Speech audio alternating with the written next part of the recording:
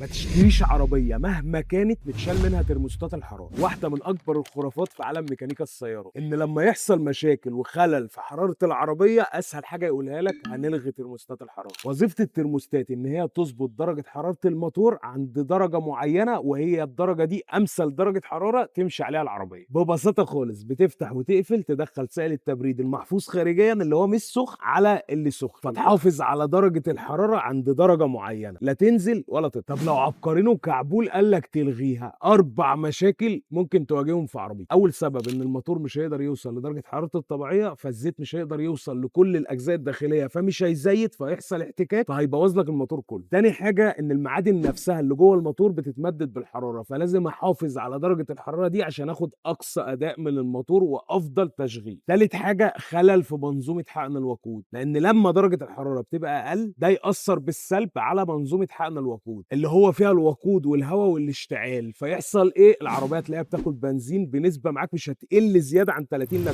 وبرضه بيأثر على عمر الموتور. رابع حاجه ومش الاخيره، لو انا لاغي الترموستات في المشاوير الطويله ممكن درجه الحراره بتاعه العربيه تعلى بشكل جنوني، وتلاقي العربيه جابت وش سلندر في لحظه من غير ما تحس بيه. ليه بقى ما تشتريش العربيه اللي لغت الترموستات؟ لان الله اعلم العربيه وصلت لانهي مرحله من المراحل اللي انا قلت لك عليها. فاي كعبول او كلبوله هيقول لك الغي الترموستات، او هيقول لك اشتري العربيه دي ملغيه الترموستات بس العربيه حالتها حلوه، سيبه واجري على طول. وكده كده انت عارف، لو عايز اي مراكز صيانه او فحص او قطع غيار خش عندي في الهايلايتس، هتلاقيني مقسمهم لك بنوع عربيتك.